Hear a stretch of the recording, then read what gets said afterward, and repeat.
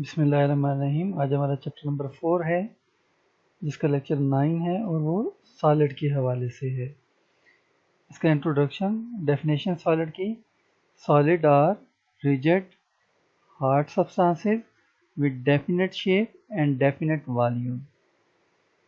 तो ये hard substances होते हैं, रिजिड होते हैं, डेफिनेट शेप भी होती है, डेफिनेट वॉल्यूम भी होता है। Atom ion molecule of solids are closely packed, यानी कि सॉलिड जिन एटम आयन मॉलिक्यूल से बने होते हैं वो करीब करीब होते हैं। They are held together by strong cohesive forces. Cohesive forces वो होती हैं जो पार्टिकल्स के दरमियान में होती हैं, आपस में होती हैं। तो यानी कि एटम आयन मॉलिक्यूल के दरमियान में आपस में फोर्सेस और अट्रैक्शन होती है, उनको कोहेसिव फोर्सेस कहते हैं। Particle of solid can not move randomly, यानी कि बेतरतीब हरकत शो नहीं करते। सॉलिड के एटम आयन मॉलिक्यूल बेतरतीब हरकत शो नहीं करते। A well ordered arrangement is present in solid. Solid के पार्टिकल में एक तरतीब पाई जाती है। टाइप ऑफ सॉलिड्स, सॉलिड को दो टाइप्स हैं on the basis of arrangement of component particle. जिन पार्टिकल से सॉलिड बनता है उनकी बुनियाद पर सॉलिड के दो टाइप्स हैं। Crystalline solids, these are the solids in which atom, ion or molecule are arranged in regular three-dimensional pattern। ये वो सॉलिड हैं जिनमें एटम, मॉलिक्यूल, आयन तरतीब से मौजूद होते हैं थ्री डायमेंशनल अंदाज में या थ्री डायमेंशनल पैटर्न में, एक्स वाई जेड एक्सेस के ऊपर। This regular three dimensional pattern is present in whole solid. ये जो रेगुलर थ्री डायमेंशनल पैटर्न होता है ये पूरे सॉलिड में पाया जाता है। इसकी मिसालें NaCl, सोडियम क्लोराइड, नमक जो आप खाते हैं, एंड शुगर, सुक्रोज, चीनी जो आप खाते हैं, ये क्रिस्टलाइन सॉलिड की एग्जांपल है। एमार्फस सॉलिड, एमार्फस का लफ्ज़ का मतलब होता है शेपलेस, जिसकी कोई शेप ना हो। इसकी definition, these are the solid in which atom, ion और molecule are not arranged in regular three dimensional pattern. इन सॉलिड्स में molecule, atom, ion regular three dimensional pattern में तरतीब से मौजूद नहीं होते। इनकी example glass, plastic, rubber, glue. ये सॉलिड डेफिनेट शेप रखते हैं और वॉल्यूम भी रखते हैं, लेकिन सॉलिड का कोई रेगुलर थ्री डायमेंशनल पैटर्न नहीं होता पार्टिकल्स का। सॉलिड में जो पार्टिकल्स होते हैं वो थ्री डायमेंशनल पैटर्न शो नहीं करते। Conversion of amorphous solid, conversion of crystalline solid into amorphous solid. बहुत सारे क्रिस्टलाइन सॉलिड को हम चेंज कर सकते हैं एमार्फस सॉलिड में। आप क्रिस्टलाइन सॉलिड को मेल्ट करें और मेल्ट करने के बाद रैपिडली कूल करें।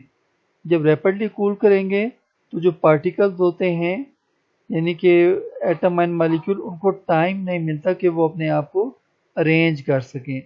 जब अरेंज नहीं कर सकते तो सॉलिड जो होता है वो एमार्फस सॉलिड में तब्दील हो जाता है।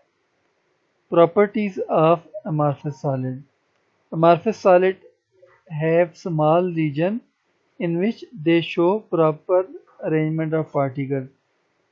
एमार्फस सॉलिड में हर जगह तो एटम एंड मॉलिक्यूल अरेंज नहीं होते, लेकिन किसी किसी जगह पर एटम एंड मॉलिक्यूल अरेंज हालत में भी मिल जाते हैं। इन पार्ट्स को स्लाइड्स कहा जाता है।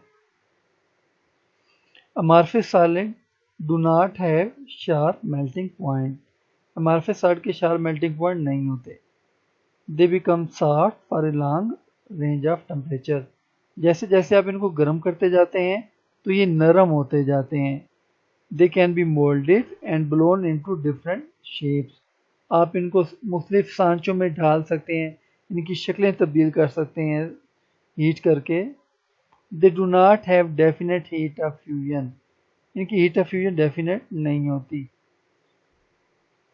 Properties of crystalline solid, geometrical shape, तमाम क्रिस्टलाइन सॉलिड की डेफिनेट ज्योमेट्रिकल शेप होती है।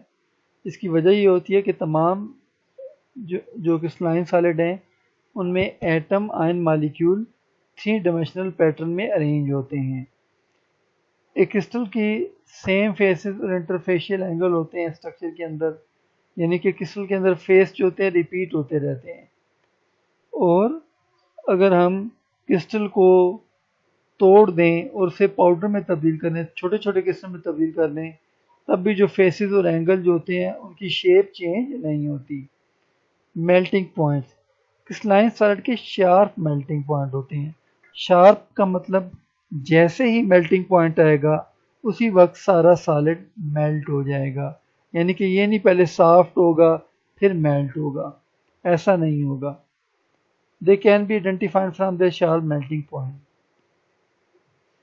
Cleavage planes, crystalline solid break along definite planes. Crystalline solid जो होते हैं एक मखसूस प्लेन से टूटते हैं, ये नहीं कि आपने क्रिस्टलाइन सॉलिड पे थोड़ा मारा तो जिस तरफ मर्जी से वो टूट गया, हर डायरेक्शन में नहीं टूटता, एक ख़ास डायरेक्शन में जो है एक ख़ास प्लेन से सतह से जो क्रिस्टलाइन सॉलिड होता है वो ब्रेक होता है। क्लीवेज का मतलब होता है टूटना।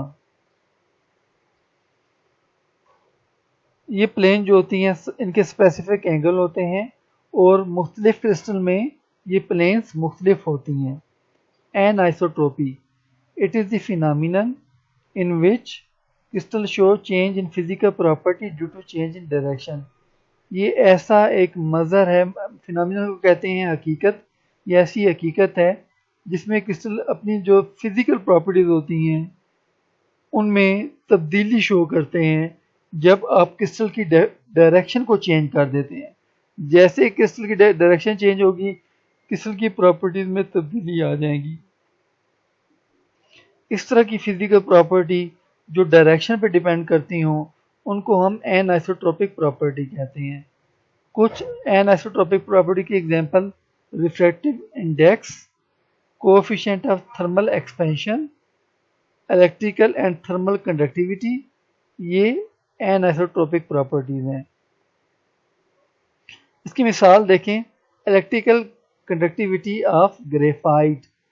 ग्रेफाइट जो है वो इलेक्ट्रिकल कंडक्टिविटी शो करता है, उसमें से इलेक्ट्रिकल करंट पास हो जाती है।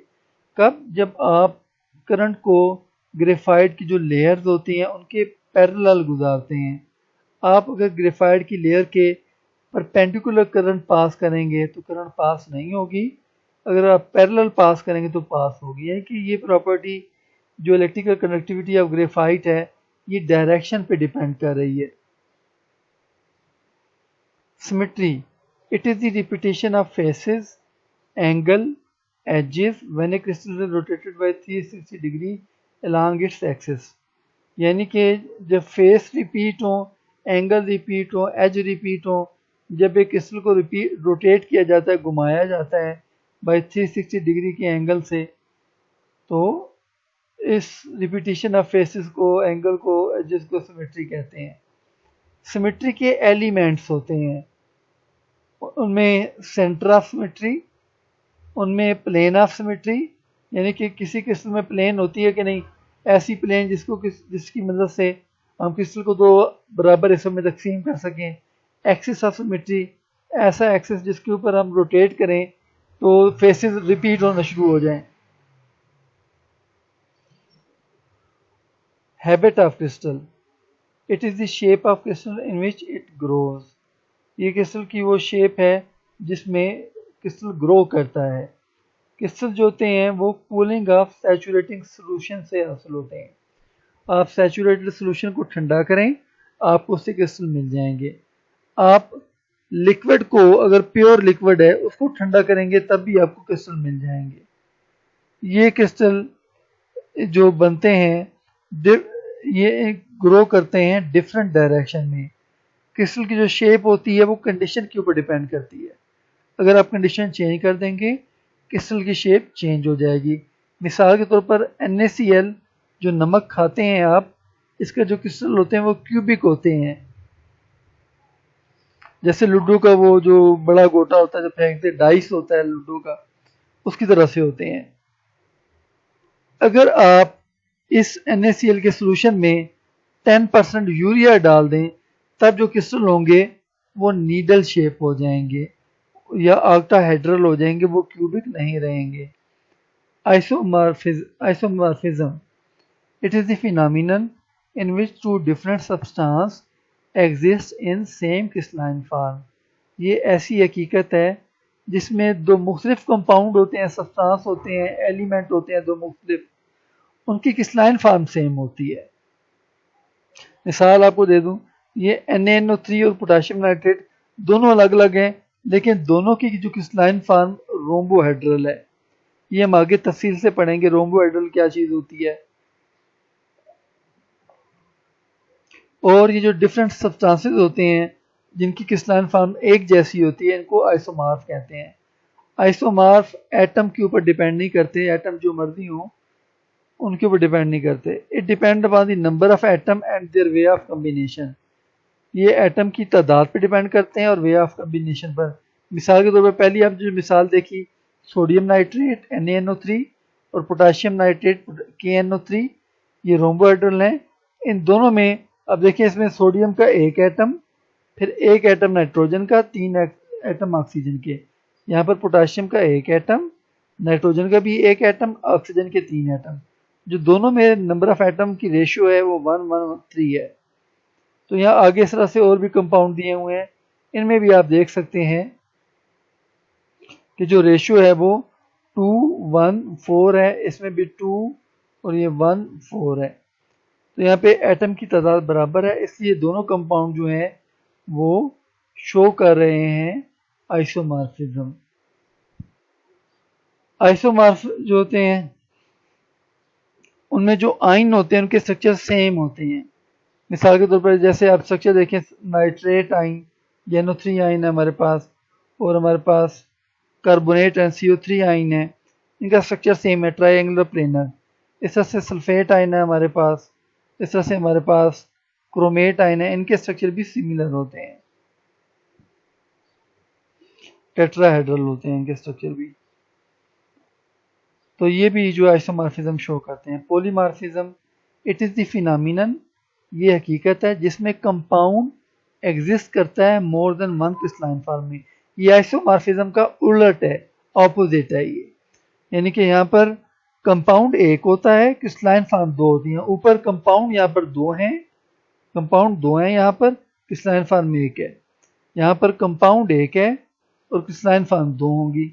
जैसे आप एग्जांपल देखें, सिल्वर नाइट्रेट एक कंपाउंड है, इसका ये रोम्बोहेड्रल फॉर्म में भी पाया जाता है, ये आर्थोरोम्बिक फॉर्म में भी पाया जाता है। कैल्शियम कार्बोनेट एक कंपाउंड है, ये ट्राइगोनल फॉर्म में भी पाया जाता है और आर्थोरोम्बिक फॉर्म में भी पाया जाता है। पॉलीमार्फ की ये जो दो फार्म, एक क्रिस्टलाइन जो फॉर्म है, ये पॉलीमार्फ कहलाती हैं। इनकी केमिकल प्रॉपर्टी सेम होती हैं, वजह इनमें एटम एक जैसे हैं दोनों में, लेकिन इनकी फिजिकल प्रॉपर्टीज डिफरेंट होती हैं।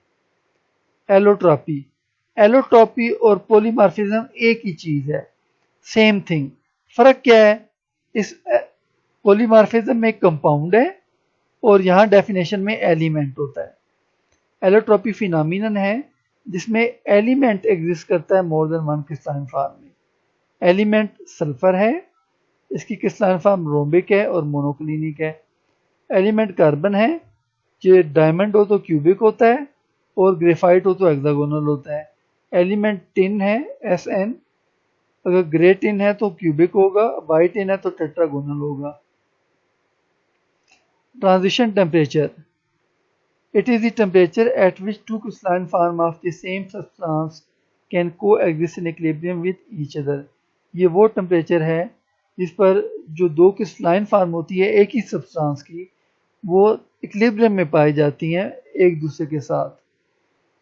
अगर टेम्परेचर कम ज़्यादा कर देंगे तो एक क्रिस्टलाइन फॉर्म मिलेगी, दूसरी क्रिस्टलाइन फॉर्म नहीं मिलेगी।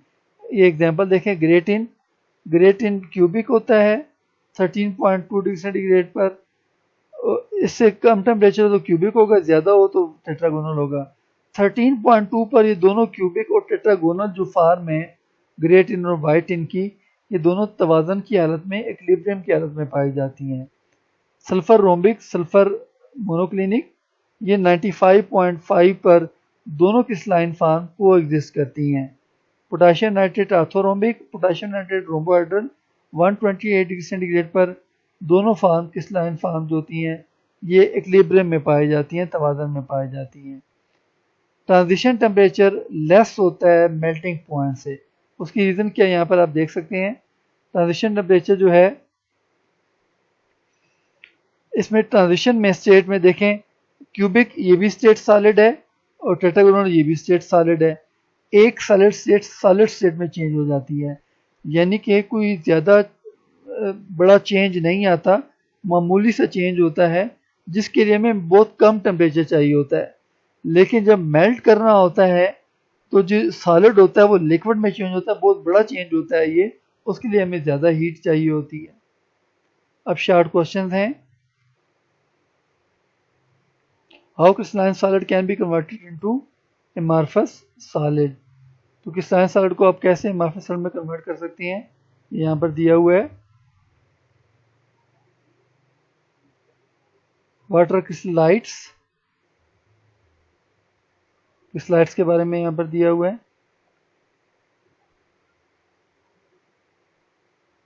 ये क्रिस्टलाइट्स होते हैं।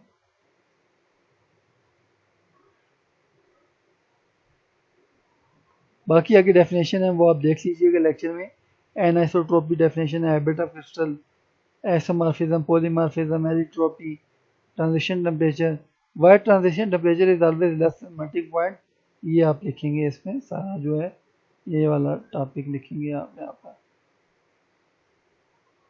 Thank you for your participation. मज़ीद वीडियो देखने के लिए चैनल को सब्सक्राइब कीजिए। शुक्रिया।